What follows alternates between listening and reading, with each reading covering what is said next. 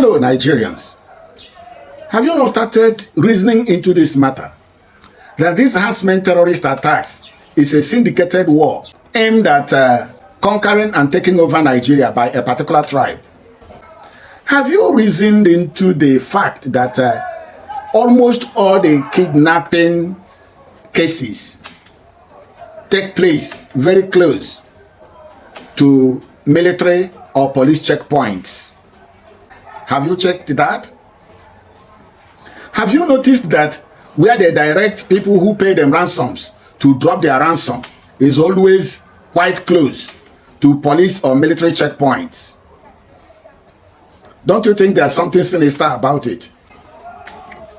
It is now well known that every government in power in Nigeria, whether the person is of their tribe or not, every government in power stays to protect only this tribe. And you think there's nothing special about it. It doesn't matter whether it is federal government, state government, or local government. Every one of them are in office to protect this one tribe.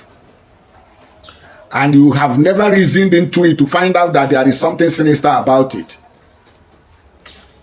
Have you noticed that the police uniform that these criminals wear, the military uniforms that these criminals wear in operations, that it may not be borrowed, it may be their official uniforms, including the weapons they carry? I don't know if you are reasoning. Now, have you found out the reason why the military can fight and kill Nigerian civilians and leave the terrorists, the herders, the Boko Haramites? Have you been able to find out why it is easier for them to kill citizens or protesters than fighting against insurgents? You have never thought about it. Okay. I know that in your finding, you have noticed that these hunters, these kidnappers, these farm destroyers, these bandits, they are never put in custody of any security agency. They are never prosecuted. They are never put to jail. But whenever they are caught, they are rather pampered, gratified, and compensated, and branded repented Boko Harams. But the police cells, the jails, and the punishments in the hand of our military and the security agencies, they are there for free citizens who have not committed any crime. I believe you must have noticed that the GPRS and the NIN, that are the BVN, all of us were directed to get registered into. It is to protect criminals against the free citizens. Do you know that? Have you found out? Okay, keep thinking.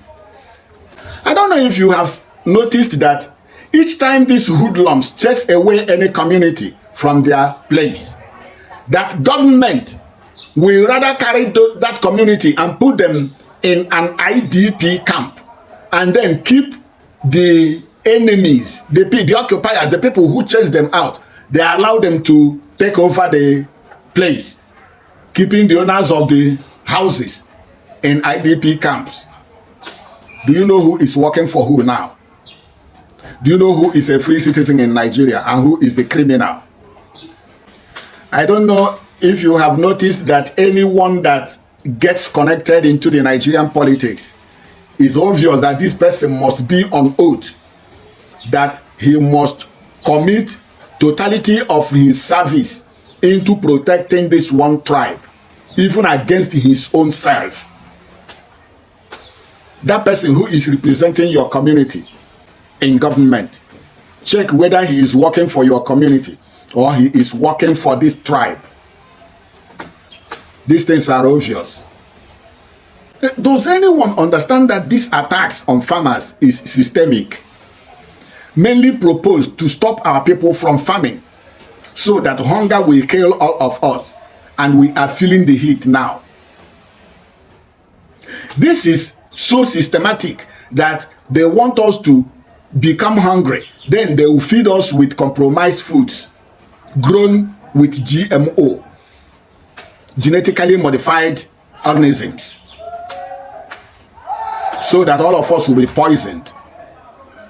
Some people are fighting to take over the whole of our land, and we are playing. Fellow Nigerians, call on your traditional rulers, call on your town union executives, call your people. Don't depend on government, because it has been proved beyond all reasonable doubts that no government is working for the good of the citizens. They are working for only one tribe in Nigeria. Let the town union executives and the traditional rulers, even some traditional rulers has been compromised, call them back. Form organization of hunters to protect yourselves, to defend yourselves, to protect your land. That is very, very important. It is very, very important. You don't joke about it. Every time your people come out to shout that some people, marauders, kidnappers, terrorists come to ravage your community, you are being laughed at. The noise should cease. Walk behind the scene. Protect your land. That's what I can say. If you have understood that being a hunter and carrying firearm about, you can take it from Sokoto to Port Harcourt and nothing will happen, then pick up your own. The Uromi16 has taught us a lesson. Make good use of the lesson you have learned. Hearken to the advice of people like General Theophilus Danjuma and the DSS director and other well-meaning Nigerians. Protecting yourselves is the biggest business in the now, because if you cannot protect yourself, you cannot stay alive to continue to be a native of your community. Form your own defense organization. Brand it Hunters Association.